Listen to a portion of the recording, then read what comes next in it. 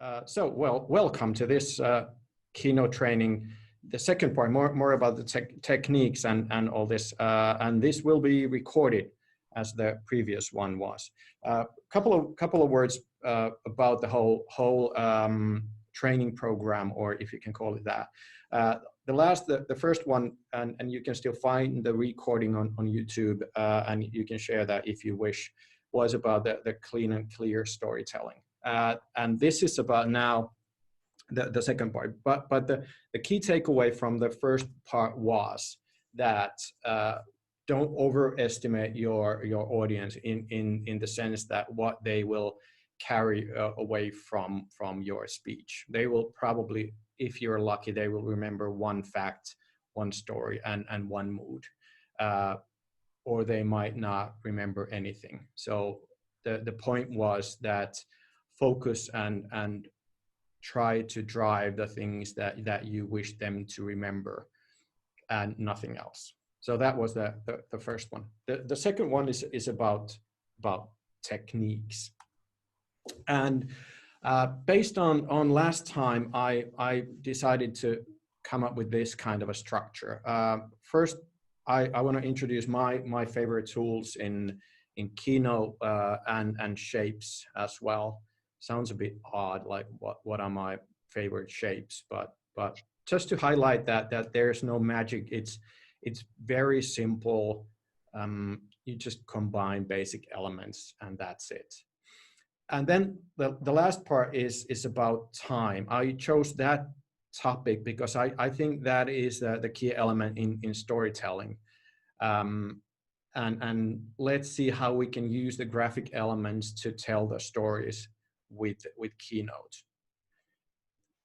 So let's get going. These are my tools, and if I go back and I will probably go really fast at some point. You can ask to pause and go back if that feels that I jumped over something, because I haven't taught about Keynote. I just use it. So a lot of the stuff comes from somewhere, and I'll just do it really quickly. But these are my favorite tools. But first of all, and I know this is the most boring part of any training is to go through the tools. But the toolbar, which we have up top, is that's, I think, the only thing you can customize in Keynote, or there are a couple of other things. But I suggest that get rid of the stuff you don't need from the toolbar. And for example, I have only these things, and I don't use them all. So I think the minimalistic approach is good when it comes to toolbar. So you will find quickly what you're using and nothing else. I think copy and paste, that is the main tool that I used. It again sounds a bit weird because that's not a real tool, but it's very crucial to and quickly to copy and paste stuff, like copy slides and copy elements from slide to slide and within the slide. And then aligning things, that makes everything so much easier when you start always aligning things from the get-go. And then of course grouping and going backwards and forwards and drawing some vectors, which you can find from here.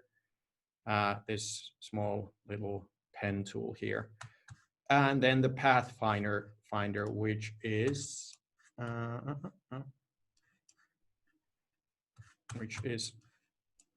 here, arrange, and these unite, intersect, subtract, and exclude. So that's it, nothing complicated there. So how do you usually start with a presentation? And normally I just copy some existing presentation and work on top of that. But if I would start from an empty page, of course, typically the page has some kind of a template preset. Maybe it's a company template, or maybe it's some other kind of a template. But what I usually do is I get rid of everything, because I believe that those things are only in the way. Those have been designed by somebody else somewhere else who probably doesn't have the same interest that you do. For example, these company templates, they are there to make everything look the same, and that's of course good thing. So when you combine slides, they don't all it doesn't become a circus. But when you're really trying to design something, it's not good to start from a existing template. So that's why I always start from a blank page or copy an existing page. But let's say I start from a blank page, and the way I use, because you typically need to have text there. I never use, if you can see, I don't even have in the toolbar here the text tool, because I don't use that. I always take a box and start writing on that. That's because in this, if I use a box, I get these 4 corners, which I can adjust. If I use the text tool, I only have like two dots or these bars that I can adjust from. So this is why I do that, and which is always painful is that you get this box and then you have to adjust everything, starting from having nothing there and then going in here and choosing. I'm going to use Railway because that's our company font, and I'm used to that. So here it is. And when I'm changing the font size, I always use these like I use the double numbers like 4, 4, 5, 5, 6, 6, because it's always it's faster. So no need to change the font size into 52. It's just 5, 5. In this case, it's. And then I need to adjust all these and see that everything is okay. And in the layout side, there is this text inset is to 0. And then that's it. Now we have a text element there. And from that, we can start creating something. Let's say that I would like to, let's create something here. I'm going to go through, I think, basically all the tools that I presented here. Let's get a triangle here and then make it white. I hate shadows because I want to work on a plain surface. And then let's have a black line. I'm going to use these. I don't use lots of colors in these because I don't want to present you the kind of color palette. I just want to work with the wireframe to make it easier for you to adapt this in your own work. So if you have a triangle and then we want to dissect that into 3 pieces, I can take this element here and I can, let's say I want to cut this into 3 parts, this triangle. To make it super easy, I can go to this and unite these 2 pieces. Now they are just one, and then I can use them to cut the now I have these, but they are all the same elements. Now what I can do now is I can copy and paste that and move it back to the original position. I can copy and paste that and move it. Now I got like 3 triangles overlapping. And then I can again take this tool and I can do this. I can cut away the excess and now I have this part. Then I can take this and let's do, okay, let's do it this way. I can take this. Now I have this part and then I can use this. And I have this part. Now I have like 3 elements here.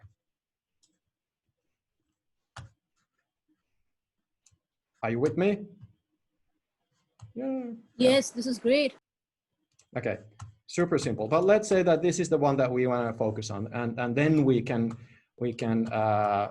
adjust the color of that. Let's say that this is the stuff that we want to highlight, and then let's take this text and adjust that to be, let's say, even a bit smaller. And I will go and grab some sample text here to, okay, it looks like it brought some code with it. So the way I can do it, I can copy the style of this text here, and then when I paste this one here, I can paste the style in. It looks a bit,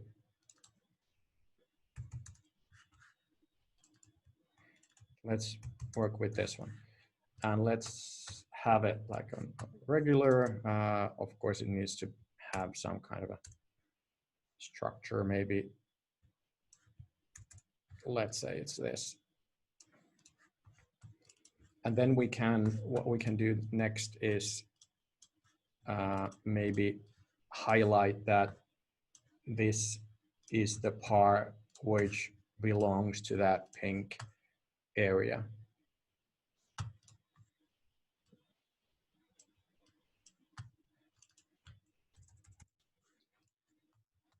And we can even, of course, do this, saying like that. This pink is this, okay. And now we have a really super simple, I wouldn't say this is a good looking, but anyway, it's a starting point. And then if we would want to make this into a bit of a more flowing presentation, we could do what I mean that copying slides is that when I have a ready-made slide, I think this is the end result. Then I go back in time to think like, how did we end up here? What is the story that brings the audience to this slide? And so I copy and paste the slide, and I go to the first one. For example, here I maybe do this and remove the line and have all this in black. Maybe highlight the first one, saying that the bottom part, and say that let's do it this way, that the first slide is maybe even copying this once more and first presenting, going too fast, I think, but like presenting maybe the triangle and saying that, giving it a headline,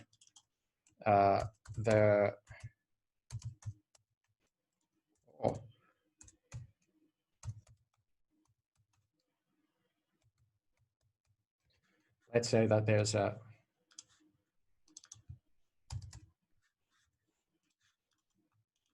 it's ugly. Okay, and we can make it into all caps and adjust that.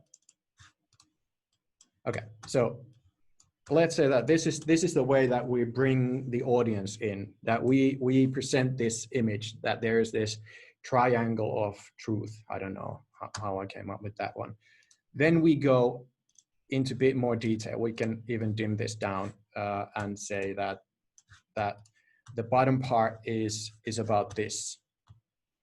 and then we can copy and paste that again and say the middle part is, let's color that with that, and then take the color away from here and lose the color from the text and highlight this part of the text.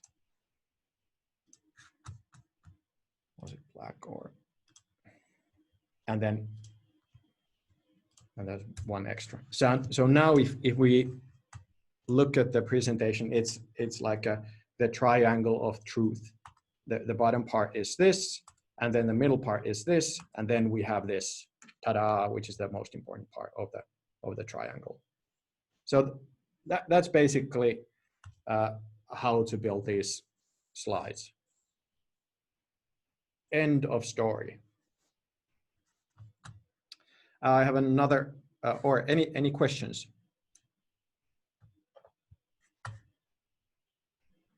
Nope, good for now. Okay.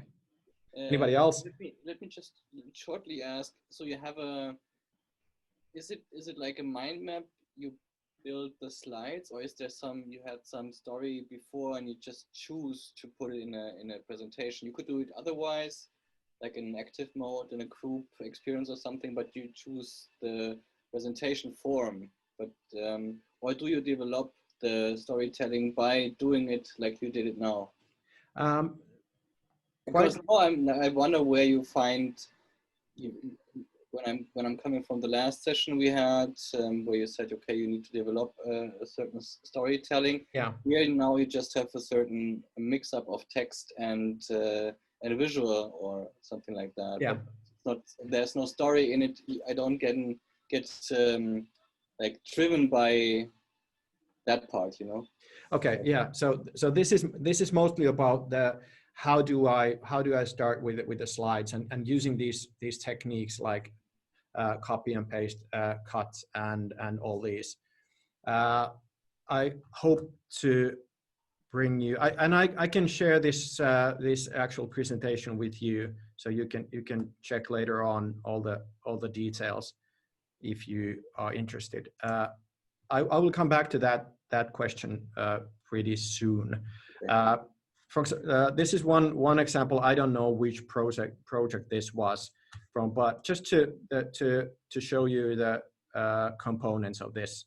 I thought this looks quite like holistic, like, oh, there has to be some wisdom in this because it looks so nice. But it's how it's built. It's made out of these elements.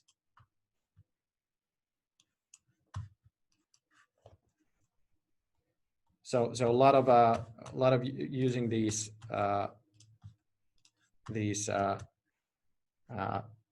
tools to intersect and unite and all this stuff. So, but those are the tools that I use, and that's the basic idea of how you get started with building the presentation, I would say. If I go into the shapes, there are only a few shapes to use, and I tend to use the basic shapes, and this is maybe this is the key takeaway from this session is that never ever use this ellipse form. That shows that you are you lack the skills, and you try to fit some text into something and it didn't fit, and you had to stretch the form into this. So if you have to use this oval shape, and why, I don't know. It's just it looks way better and way more professional. But with these shapes, you can easily create these simple narratives, like so like for example, what's happening here, what's going on.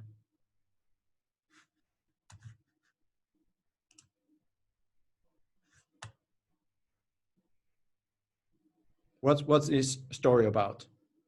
So I think this is about a possible merger or an acquisition plan of two organizations, or it could be about how two organizations could collaborate. And it's about the slide, if I were to interpret, it talks about the strategy of the existing organization and the partnering organization, their operations and our operations, and how we can club together and become one. Yeah, I think that makes sense. If we can, I will group this and I will mirror that and ungroup, and then I will switch the arrow, the direction of the arrows. Okay. So this is another story. Like two entities become one.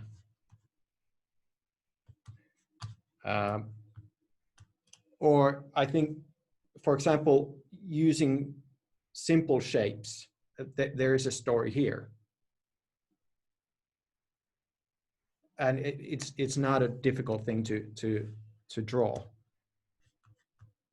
And again, simple shapes, and probably you can come up with some kind of an narrative. What's going on here? And last time I already showed this one, that bit more complex, but these elements are just like arcs, and there's nothing special here. Or this one. Sorry, go ahead. I think I'm not sure the screen has freeze for everybody. I just see those two circles and the ovals saying your operations, our operations, cooperation, and your mouse pointer is there in the blue circles. Blue circles. Oh, this one. So are you not? I can only see slide 13, original format. That's all I can see. So you're not seeing this. You're not seeing these shapes. No, I can only see slide 13 with the pink circle and the blue circle. Okay. And what about the rest of you? Can you see?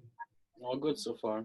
Oh, good. Oh, good. Oh, that's a shame. What could we do about this? Maybe Natasha needs to come back in the call again. Yeah, if you would like to do that. Sure, I'll just do that right away. Okay. By the way, Mika. Yeah. Maybe on slide 13, can you show us how you created the shapes? These ones. The ones in the middle, yeah. Oh, okay. That's a bit of a stretch, because, of course,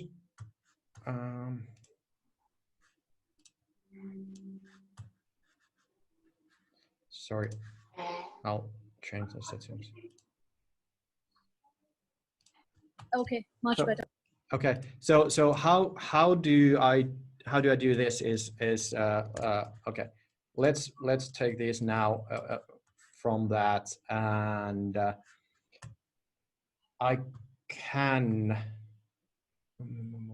first of all I could just do this, and I can create this middle shape here, and then. But if I want to, let's see what's going on in here.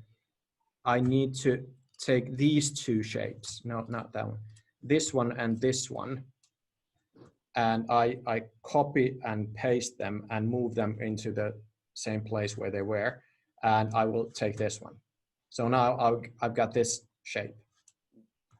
I'm going to move that away, and the same thing with this one and this one. Copy, paste, move to the original place, and then I have this one. And then I just need to put them in the right order, because now this one is in the back. If I want that in the front, I can always go into arrange and bring to front. But I typically, what I do is I cut and paste that. That's the fastest way of bringing it back, and so on. That's how we get those. Let's see, that needs to be. So that's how you build it, but that should be built here in place, and that takes a bit of practice, because then all of a sudden you have like 1, 2, 3, 4, 5, 6, 7 elements that you need to have in the right order on top of each other, because it doesn't look right if I forget this in the background. So that these two need to be here in the front, and these ones need to be in the background.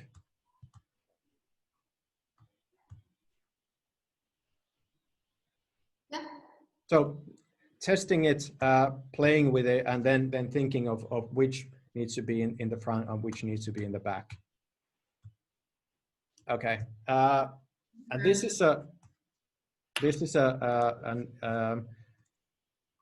more complex image of a B2B innovation process. And how this came to be was that of course I had like a pen and paper, and I drew multiple different versions, and at some point I tested it with the Keynote, and it was too complex, and I went back to pen and paper, and then back to Keynote, and these are just simple elements done with that. Of course, it takes a bit of fine-tuning to have them exactly right. Oh. And then you need to go in and adjust that all these are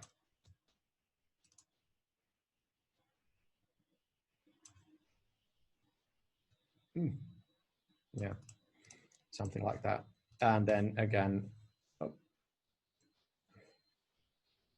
copying the style from that to that, and so on. And with this as well, that when you have the image ready that you had in your head, and then on paper, and then in the Keynote, and then you can again slice it up into smaller pieces. For example, having a text slide here explaining what's going on in the first phase.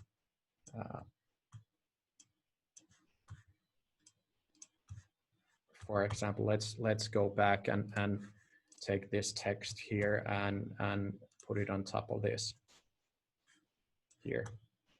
So I'm not saying that you shouldn't have text on the slides, but what I'm saying is if you need to, for example, if you need to have these standalone slides that you need to send to somebody, then you of course need to explain it on the slide, because you're not traveling with the slides. Then you have to have these slides, but you can anyway tell the story. Like here, you can show the whole story, and then you can go into detail. You can show this part and explain the part, and then you can go and move this and explain the next part, and so on.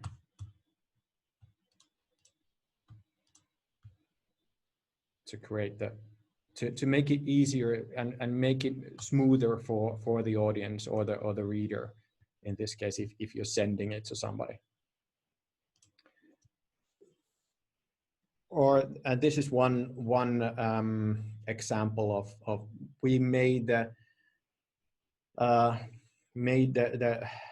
Keynote look like it's a tool, like it's an actual measuring, not measuring device, but showing the results of a study. And this is all like handmade. And then if you want to adjust that, then just do this.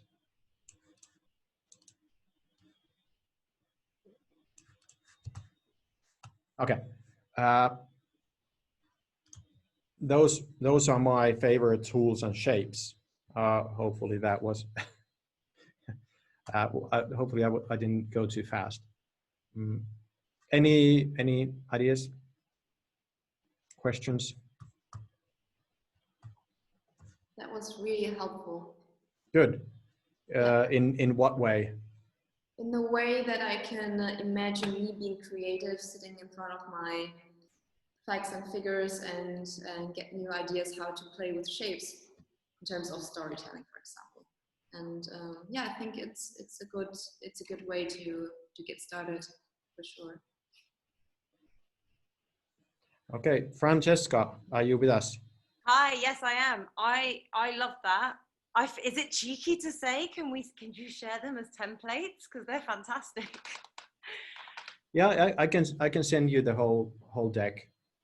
Oh, that would be fantastic. I never realized that you could do the intersect side at the bottom, and that has just clarified so many things for me. I've been trying to create different shapes for such a long time and never realized that that was an option. So yeah, it has kind of changed the way I'm probably going to be using Keynote from now on. So thank you. Good. Then there's one more. I think, for example, creating these kind of brackets or what could that be?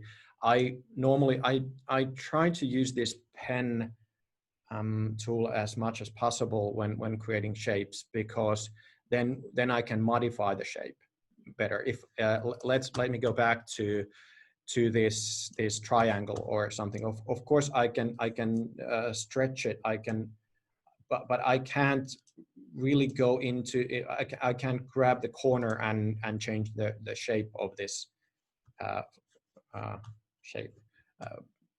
But if I would, and in this case, I probably know that I'm heading for the triangle anyway, so I don't need to change the shape. But if I would like to, I could also later on create this shape and replace that. Of course, that takes a lot of adjusting to get it really right. But then after that, I could come back to that and change it the way I want. So using those using these Pathfinder tools is in that way limited, that when after you have let's say cut out a piece with another piece, then your editing options are a bit limited. For example, if I go here and I've cut a hole into this shape, I really can't do much about this anymore. But with this shape I can. So I can adjust this one, but I can't anymore because I made a hole into this. So that's just one thing to realize when using those Pathfinder tools. But maybe that's just a small detail. Okay. Shapes and tools. Let's talk about time and maybe going back a bit to the previous session and how to build these stories. I chose time because I think there are many aspects of and many angles that we could talk about creating a presentation, but I think time is one of the key elements, and you can use time in so many ways. I think I chose two things: how to build the stories and then how to build presentations using time. And let's just get into it, and it will open up. For example, this bubble story, the almost the same as you saw previously, but now with more color.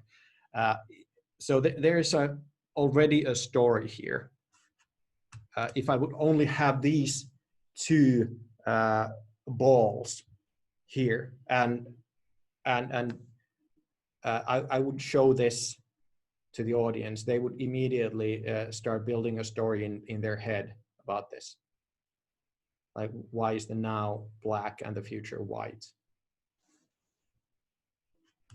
or I don't know if this enhances it anyway. No, maybe not. Maybe it's too much. But then there's always like, I think this makes it interesting. Like if you're in this present time and you want to move into the future, and then there's the question, how do we do it? And then you can start diving into that, like offering solutions, and if people are convinced that the present day and the future are you share that view with them, then you can start thinking about how do you transition from current status to the future status. Or you can have this story where everything goes wrong, and you can talk about what's going to happen next. What's the big threat? Or you can go even beyond the future, beyond the known futures, and think what other options there are. Is there something you didn't see before? So there's plenty of ways to illustrate the story with these simple bubbles.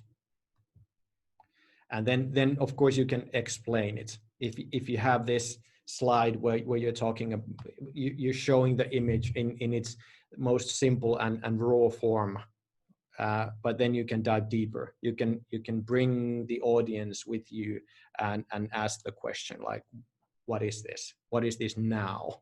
And then you can offer explanations on what is now, and then you can talk about the future, and then you can give them some solutions on how to get from this to that. So just circles, bubbles, nothing else. And then always bringing people back to the original story. So let's say that the story, I'm gonna modify this a bit and say that let's start from here, that this is the story, like we are here now and that's the future. What is this? What is the future like? How do we get there? How do we do this? Are we on board? So that's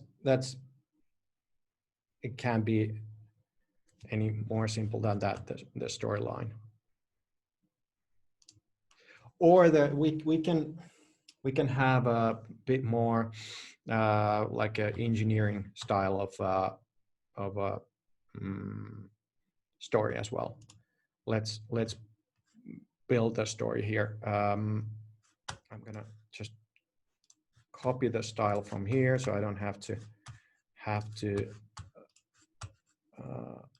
go through all the details. I can just paste it if I could, but the zoom bars on top, yeah, there. So for example, let's have this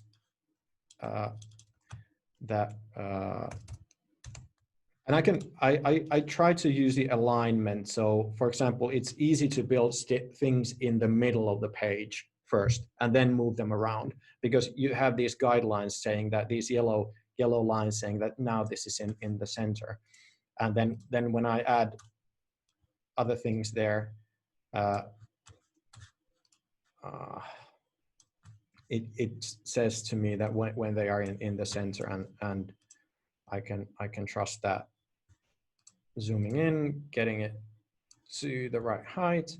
So making a grid, let's say that this is dashed line, then I always like copy, paste, then shift down, and I move it to the original position. I don't know if it doesn't help in this case. And here again, it shows me that it's in the middle. What's wrong with this one? Something is not right. Okay, now. So let's say that we have these this grid which says And I always try to adjust these to be as small as possible, these boxes for the text, because sometimes you have so many overlapping boxes, and that's very frustrating that you're trying to pick something that is under there, and you always end up clicking the text box. So trying to keep those as small as possible. That's a good thing. Then having the, let's say, local global small and big. Okay. How do I align these in the box? I think there isn't any good way of doing this, like a automated system. So what I normally do is I roughly take these extra lines, and I grab these all, and I say distribute vertically, and that's it. Then I delete the lines, and that's it. And I do the same thing here. There might be a better way, but I just don't know about it. And again, taking all these and then distribute horizontally, and that's it. And getting rid of these lines. It's pain in the ass to do this like a million times a day. But let's say that this is the grid that we're working with now to create the story. Let's take this element here and let's erase that text. And let's say that we can have these, and we will. So for storytelling purposes, I would. It doesn't look like a story, but it becomes a story when you start animating it. Like let's say that this is now the basic grid that we are talking about. Let's have that a bit bolder. No, yeah. So, and maybe that could be there, and this could be there. Oops. So to transform this into a story, we can then again copy and paste these slides. Let's start with this, and I will. Oh, I forgot that one. So if you want to tell a story from this grid, is to first of all introduce the grid. Let's give it a name. It's not the boring grid. It's a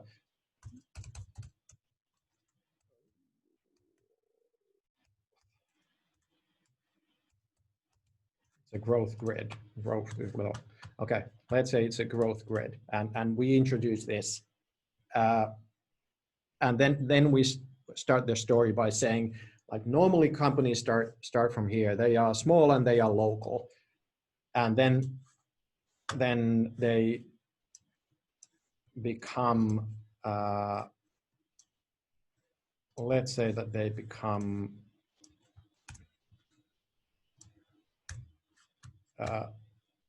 then they become big and local. And copy and paste. Or they might have this other way of going, and then we can dim this down. Oh, there's a line, of course. To do this, to tell the story. Companies start from here. Normally they go that way, or they might be specialists and they are small, but they become global. And then they might end up going there. We can have another transition here, and just maybe take that one and replace these. And again, the zoom a bar in the way. And that way.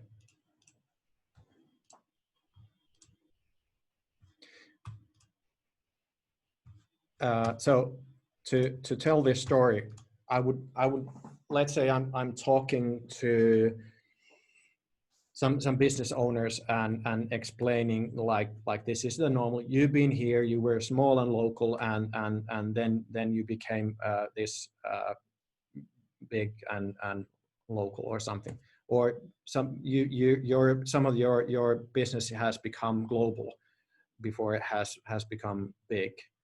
But are you planning to go here? So telling their story and then inviting them to explain where their business is currently. What parts of the business are small, what parts are big, what parts are local, what parts are global, to bring them to tell their story for you on top of your grid. Does it make sense?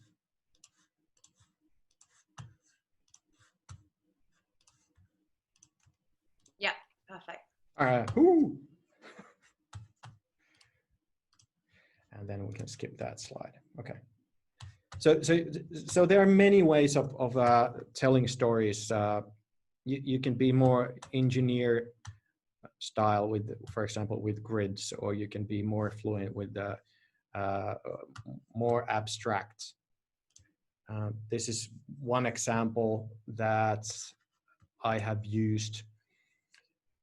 It doesn't really have their story. It's not built piece by piece, but it's a story on which allows me to talk with business owners and innovators, like where are they innovating, what's their innovation model, and then we can start mapping like which innovations they are doing where and why.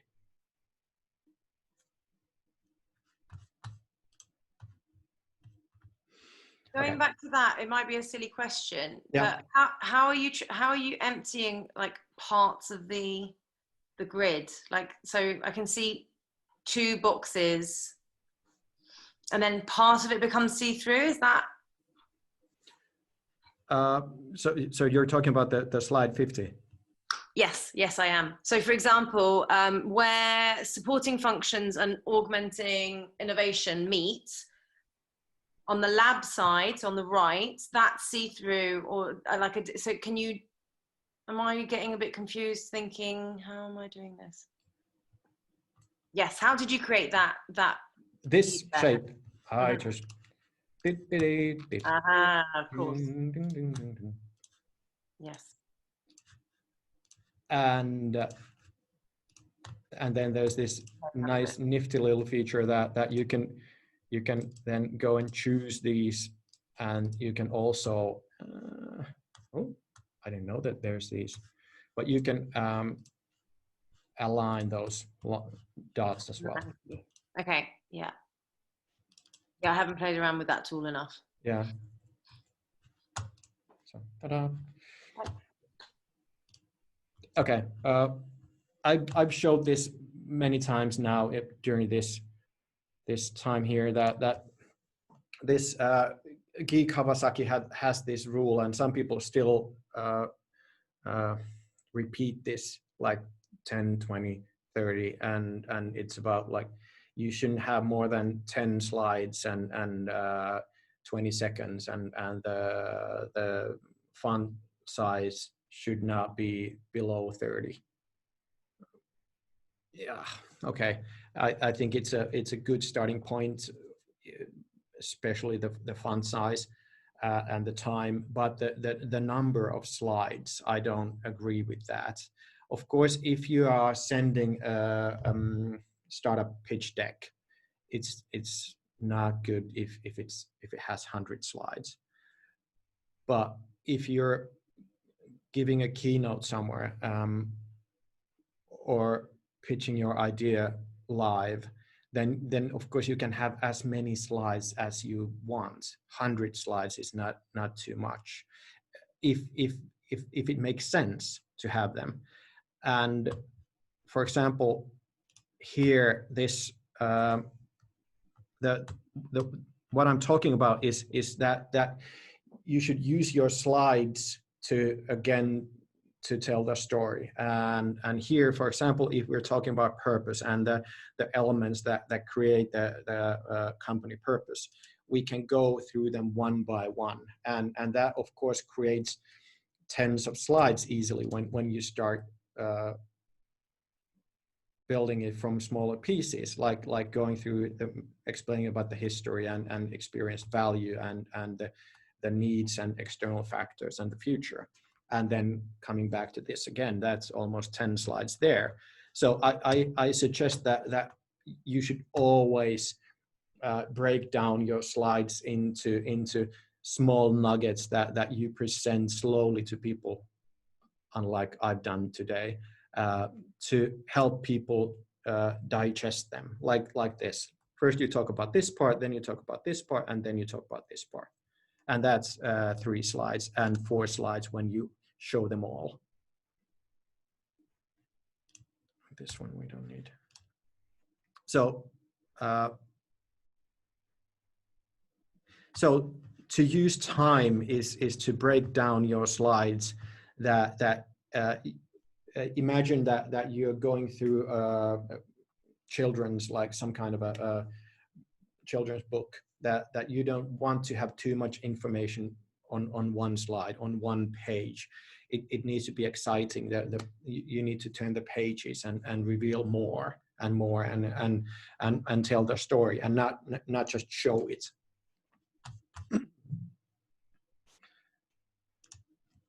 And this is the one key learning is always to tell them what you will tell them, and then tell them what you just told them. And that's why I need to tell you that in the beginning I showed you my favorite tools and shapes. They are very, very simple, basic tools and basic shapes. There's no trickery there. There's nothing that any kind of shapes you could create that outsmarts everybody else. They're basic shapes, basic tools. And the use of time to tell the story in a calm way, and then dissecting that into small pieces and offering those like in small chunks. I have 2 questions, if I may. Yeah, you may. Okay, so first question, this was amazing.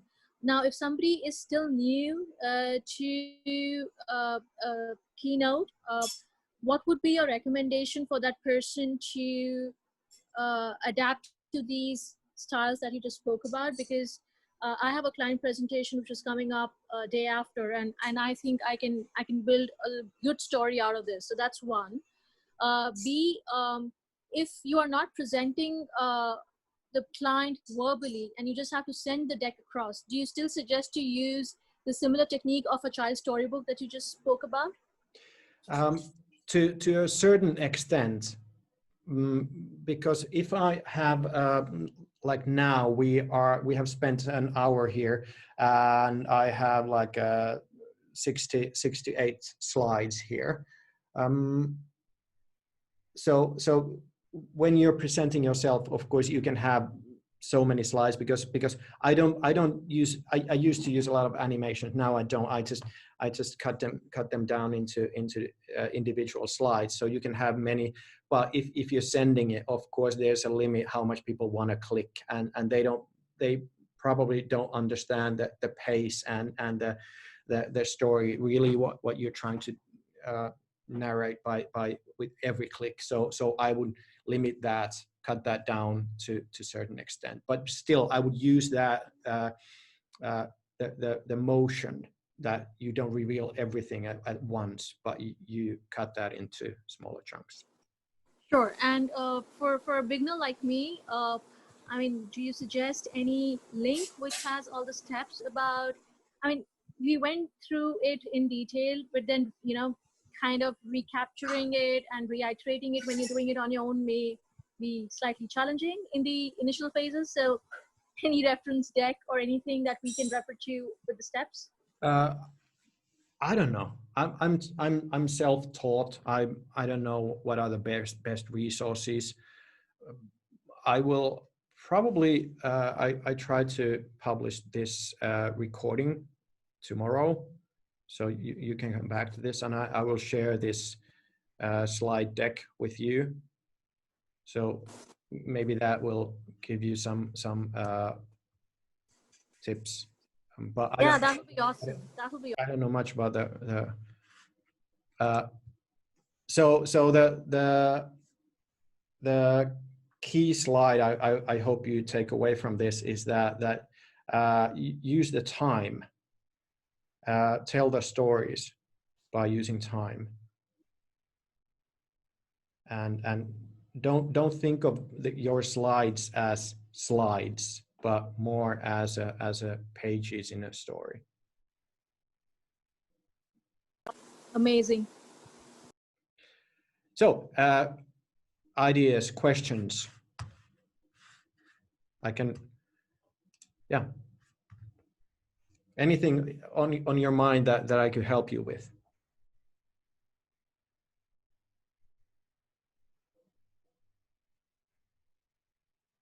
Anything, please? Since you haven't talked about that, about different sizes, I'm often wonder how big my text, and you said like 30 because of the 10, 20, 30 rule, but as you show now, there is a bigger font in the middle. What is your recommendation for using how much text in how much like white space? You know what I mean? Or is it just a feeling you? It's a gut feeling. I just got this a new test print for the community builder, and this is all done with the Keynote.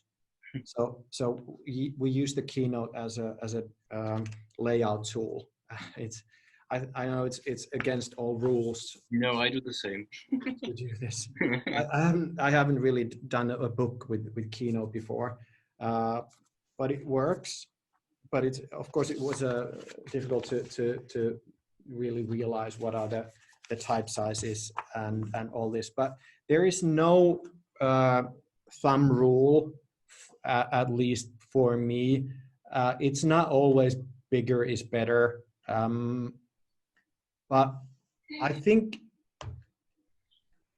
so if you're forcing people to read text from your slides, I would suggest that you should have a good reason for that. The reason might be that you're not there, and they need to figure it out on their own. That's a good reason. But if you are there, if you are explaining it to them, why should you have the text? So for example, what did I have here? For example, showing a slide like this, it forces people to really read it, and you're showing it expecting them to read it, and why? Maybe just maybe just giving them some keywords. Let's transform this into something else. For example, we could say, let's up the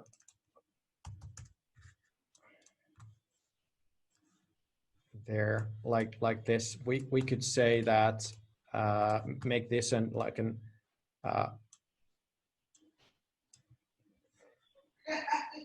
some kind of an octopus. I don't know.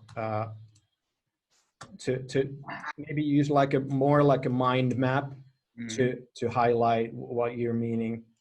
It's more like a gimmick. but Yeah. so then you don't have to have the text there, but still you have the kind of like the notes for yourself on the slide, and you remember what you're talking about. Yeah. And this way it keeps more tension Yeah. onto the story. Yeah. You don't give away so much, but there is so much with the white space. I still wonder why you're using white space. The last 10, I think, presentations or keynotes I saw were all on black. Yeah, maybe it's my background from the like a newspaper design. I've done black slides, a lot of black slides, and I know that they look good when you're standing in front of them. If it's even if it's like an old school beamer, Yeah. then you're not blinded by the white lights, and it looks like a black wall, and things appear better on that. I use white. I think I turned to using white slides in one event where I had a lot of slides, and they asked me to send the slides in advance, and I did, and they printed them out for all the attendees, all the black slides, like, and people had these huge piles of black printed. I thought that's not right. Of course, they shouldn't print any slides at all. But I don't know. Maybe that was one of the turning points. I don't know. I might there might be another time when I will turn back to using darker colors and black backgrounds. There's no real good explanation for that. This can be also like. But on what Zoom factor you are working? Like, are you on 100% working? No, whatever. It doesn't matter. I test it sometimes how it looks. Okay. And so, for example, it might make sense to number these just really quick. Could be way smaller.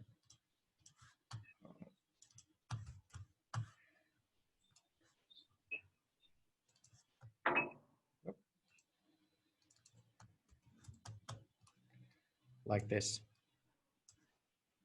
And then again, maybe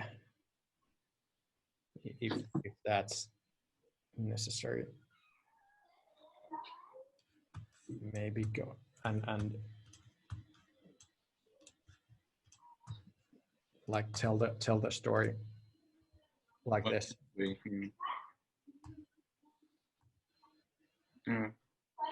And my experience is that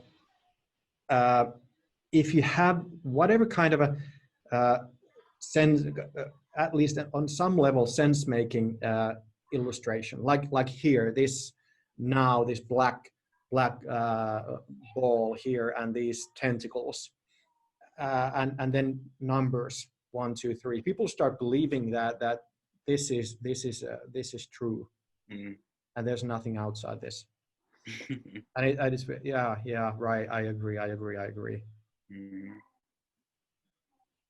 Because it's done in a way that it really tries to close the world around it, saying that this is the truth now. And then what is the graphic design element or the skill is just adjusting everything so that it looks like it's in harmony and balanced, to have them somehow, and you can tweak those forever. Oh, they don't make any sense anymore. Okay, any more, anything I can help you with? I think this is great. Once we start doing it on our own and we come back to you next week, Yeah. we'll have questions. Yeah. With our ugly ones, yeah. Yeah. Mika Repairman. Yeah, actually the third session is about fixing your slides. So if you have a presentation you would love to share, we can fix it. I'd love to. I have a horrendous presentation in Keynote right now, and I can share that with you. So, but do you want us to do that publicly next week? I'm fine with it. Hey. Okay, that's great. Okay, let's do that. Awesome. I'll need your email address to send it across to you. Okay, I will share that.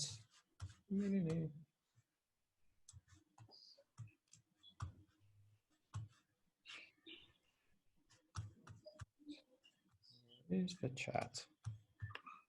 What is it? Humiliate yourself at. Yeah.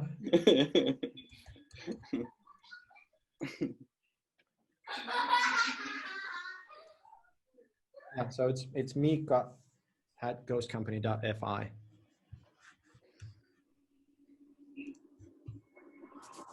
Could you spell that for us? It's in the chat. Oh, I haven't got that. No, I think I send it.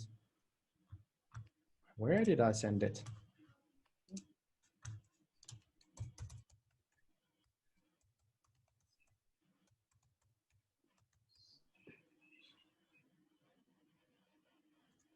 No. No. Got it. Thank you.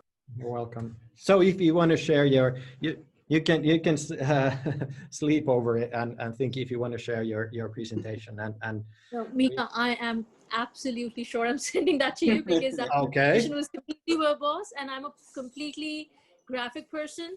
So for me, it was a task in terms of how do I cut down on the literature part of it and just bring everything into graphics and make it more powerful. Okay. And if you have some background information on that, I'll be happy to have a call with you, or if you can send me something to. Yes, I'll include a note in that. It was for one of my clients, and it was a disaster, and I lost the client as well, the project. Ooh. Oh, sad story. Okay. Anything else? Nothing. Is there any details? Anything I can? No, thank you very much, Mika. It was very helpful, and I'm grateful for this masterclass. It's not a masterclass. It's just. It's a masterclass. Come on, sort of. Sort of, yeah. Okay. So, yeah, time is up. Yeah, sure. Woo. Okay, if you don't have any other questions, I'm gonna relieve you. Thank you. Thank you. Thank you. Bye-bye. Take care. Take care. Thank you so much for this. Thank you. Bye bye.